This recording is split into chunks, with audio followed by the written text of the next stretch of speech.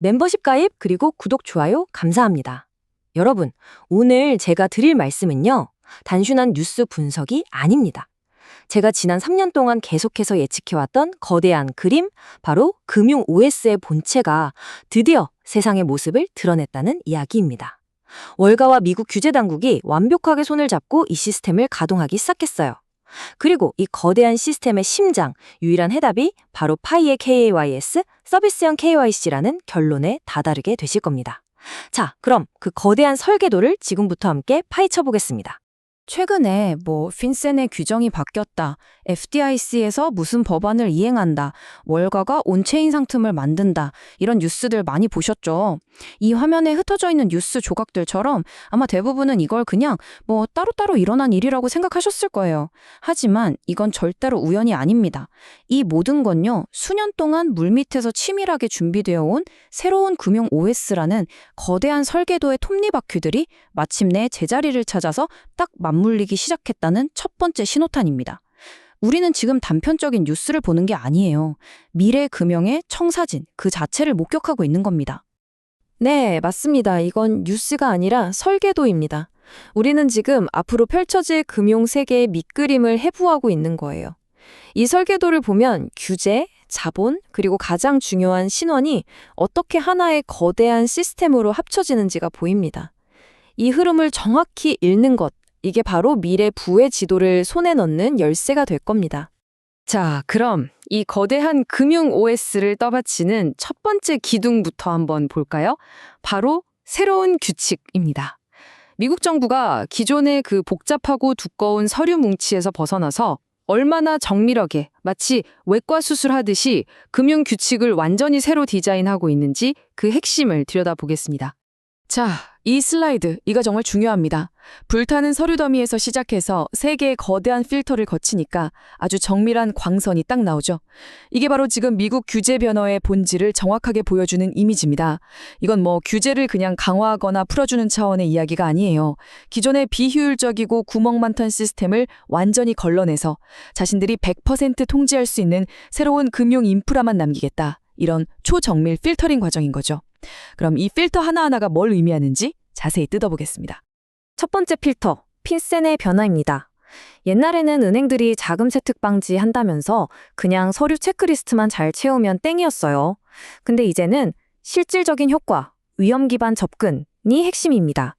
이게 무슨 뜻이냐면요. 서류만 잔뜩 쌓는 게 중요한 게 아니라, 그래서 당신네 시스템이 진짜로 참가자 신원을 식별하고 고위험 활동을 컨트롤할 능력이 있냐, 이걸 보겠다는 겁니다. 완전히 게임의 룰이 바뀐 거죠. 두 번째 필터, OCC와 FDIC의 평판 리스크 제거. 와, 이건 정말 결정적입니다. 예전에는 은행이 그냥 우리 은행 평판에 안 좋을 것 같다는 아주 애매하고 주관적인 이유로 합법적인 크립토 기업 계좌를 막 닫아버렸어요. 이걸 디뱅킹이라고 하죠.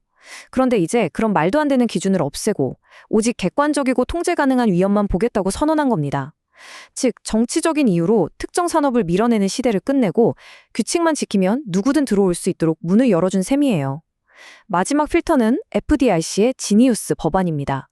스테이블 코인 발행사들한테 준비금은 어떻게 쌓고 돈은 어떻게 돌려줄 건지, 고객 자산은 어떻게 따로 보관할 건지 아주 명확한 규칙을 딱 정해줬습니다. 그러니까 이제 질문은 스테이블 코인 그거 해도 돼, 안 돼가 아니에요. 누가 이 빡빡하고 명확한 기준을 통과할 자격이 있냐의 게임이 된 겁니다. 이 세 가지 변화가 말하는 결론은 딱 하나입니다. 암호화폐를 없애려는 게 아니라 자기들이 통제할 수 있는 금융 인프라만 골라내기 위한 초정밀 필터링이 시작됐다는 겁니다. 자, 정부가 이렇게 새로운 규칙을 만들면서 판을 새로 짜는 동안 월가는 놀고 있었을까요? 천만에요. 월가는 동시에 이 새로운 시스템을 위한 전 세계 유통망, 즉 두 번째 기둥을 착착 건설하고 있었습니다. 이건 비밀 작전 같은 게 아니에요. 이 슬라이드에 부서지는 시계가 보이시죠? 이게 월가의 시간 개념이 바뀌었다는 걸 상징합니다. 프랭클린 템플턴이나 온도 파이낸스 같은 월가의 거물들이 이제 대놓고 선언하고 있습니다. 자기들의 목표는 미국 국채 같은 핵심 자산들을 토큰으로 만들어서 전 세계 수십억 명의 개인 지갑에 직접 꽂아주겠다는 거라고요.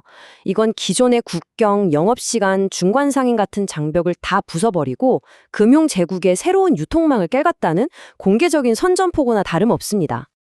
이 표를 보시면 변화가 얼마나 엄청난지 한눈에 들어옵니다. 왼쪽이 우리가 알던 과거 방식이죠. 증권사 계좌 통해서 영업시간 맞춰가며 국경 넘기도 힘들고 선택받은 소수만 미국 자본에 접근할 수 있었어요. 근데 오른쪽의 새로운 패러다임은요. 이건 차원이 다른 이야기입니다. 24시간 365일 전 세계 어디서든 개인 지갑으로 미국 자본 상품이 바로 들어옵니다. 이건 그냥 기술이 좀 좋아진 수준이 아니라 수억 명의 새로운 참여자를 미국 금융 시스템 안으로 빨아들이는 거대한 금융제국의 영통 확장인 겁니다.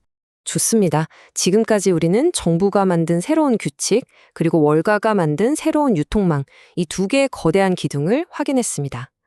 이제 거의 다 온 것 같은데 사실은 이 모든 시스템이 돌아가기 위해 반드시 필요하지만 아직 해결되지 않은 결정적인 한 조각이 있습니다. 바로 궁극의 병목 현상이죠. 이 슬라이드가 그 상황을 정확하게 보여줍니다. 왼쪽에 미국 정부의 문양이 새겨진 통제망 톱니바퀴가 있죠. 자금 세탁 방지 같은 아주 엄격한 규칙들입니다. 오른쪽에는 월가의 유통망 톱니바퀴가 있습니다. 토큰화된 자산을 전 세계로 보내는 파이프라인이죠. 이 두 개의 거대한 톱니바퀴가 이제 딱 맞물리기 시작했는데 보이시죠? 정작 그 중심, 이 엔진 전체에 동력을 공급해야 할 심장이 텅 비어 있습니다.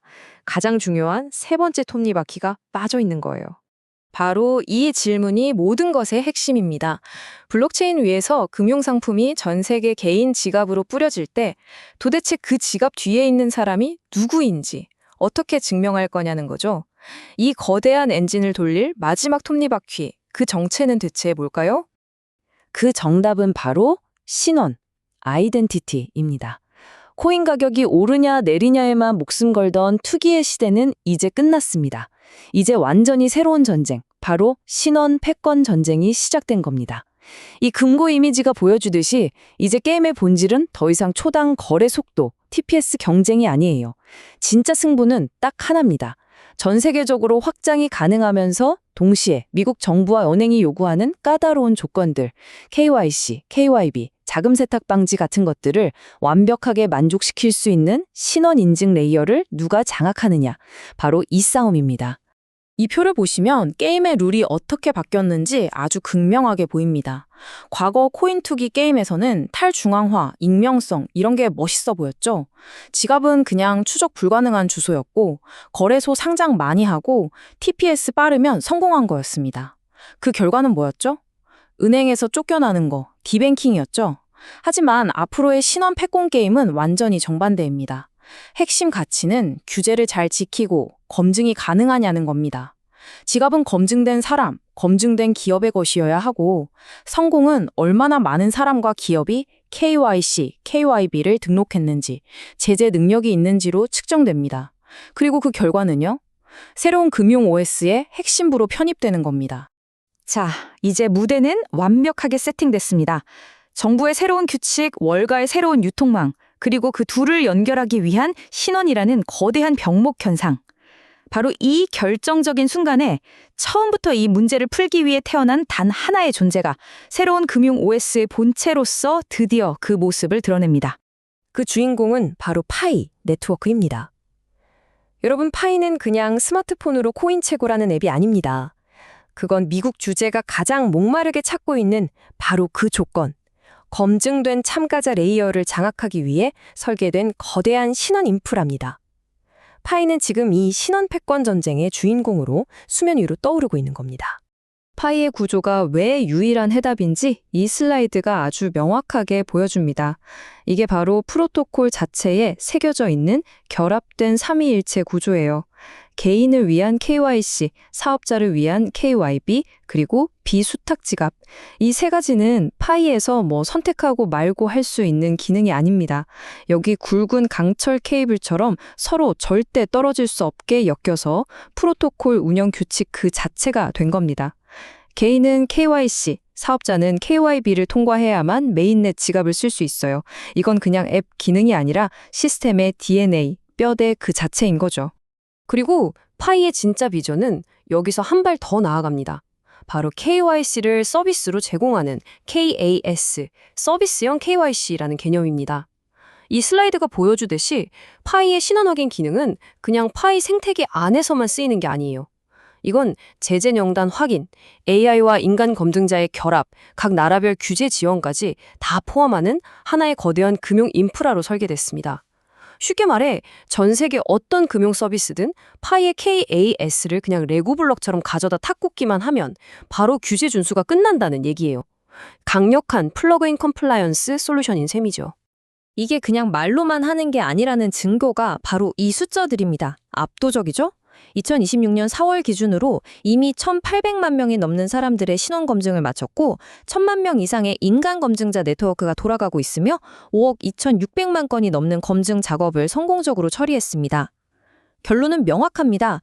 이건 벤처기업의 사업 계획서가 아니에요.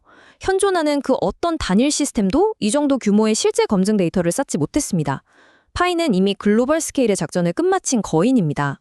자, 이제 무잼 퍼즐 조각이 다 맞춰졌습니다. 미스터리는 풀렸고 주인공은 등장했으며 새로운 금융 세계의 질서는 명확해졌습니다. 최종 결론을 내릴 시간입니다.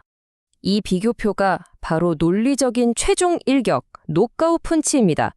새로운 금융 OS가 요구하는 조건들을 하나씩 보시죠. 개인 KYC는 필수, 사업자 KYB도 필수, 규제를 지키는 비수탁 지갑, KYBIS API, 그리고 수천만 명 단위의 글로벌 스케일. 기존 가상자산들은 대부분 항목에서 그냥 다 탈락입니다. 전통은행은 규모는 크지만 블록체인 시대의 핵심인 비수탁 지갑이나 외부용 KYBIS는 없죠. 그런데 파이 네트워크를 보세요. 모든 항목에서 완벽 총합입니다. 이것이 바로 파이가 우연이 아니라 이 시대를 위해 설계된 유일한 해답인 이유입니다. 이 한 장의 이미지에 모든 이야기가 담겨 있습니다. 미국 정부의 규칙이라는 첫 번째 톱니바퀴, 월가의 자본 유통망이라는 두 번째 톱니바퀴, 그리고 그 둘의 정중앙에서 마스터키 역할을 하는 파이의 검증된 신원 인프라, 즉 파이 KAS라는 세 번째 톱니바퀴. 이제 이 세 개의 톱니바퀴가 완벽하게 맞물렸습니다. 코인 투기라는 장벽은 사라지고 진짜 디지털 달러 시대의 심장이 마침내 뛰기 시작하는 겁니다. 그래서 최종 전략 결론을 말씀드립니다. 이제 단순히 어떤 코인 가격이 오를까 맞추는 게임은 끝났습니다. 새로운 게임의 룰은 명확해요. 토큰화 시대의 진짜 돈은 달러 자산이 흘러들어가는 파이프라인, 즉 검증된 참가자 레이어를 장악한 곳으로 흐르게 될 겁니다. 따라서 우리의 베팅은 바로 그 신원 패권, 그 검증된 참가자 레이어에 집중되어야만 합니다. 꼭 기억하십시오. 우리는 단순한 코인 하나에 베팅하는 게 아닙니다. 우리는 다가오는 금융 OS의 신원 패권을 장악할 바로 그 본체에 베팅하고 있는 겁니다. 그리고 그 본체는 마침내 세상의 그 압도적인 실체를 드러냈습니다. 오늘 이 분석이 미래를 보는 여러분의 시야를 완전히 바꿔놓았기를 바랍니다.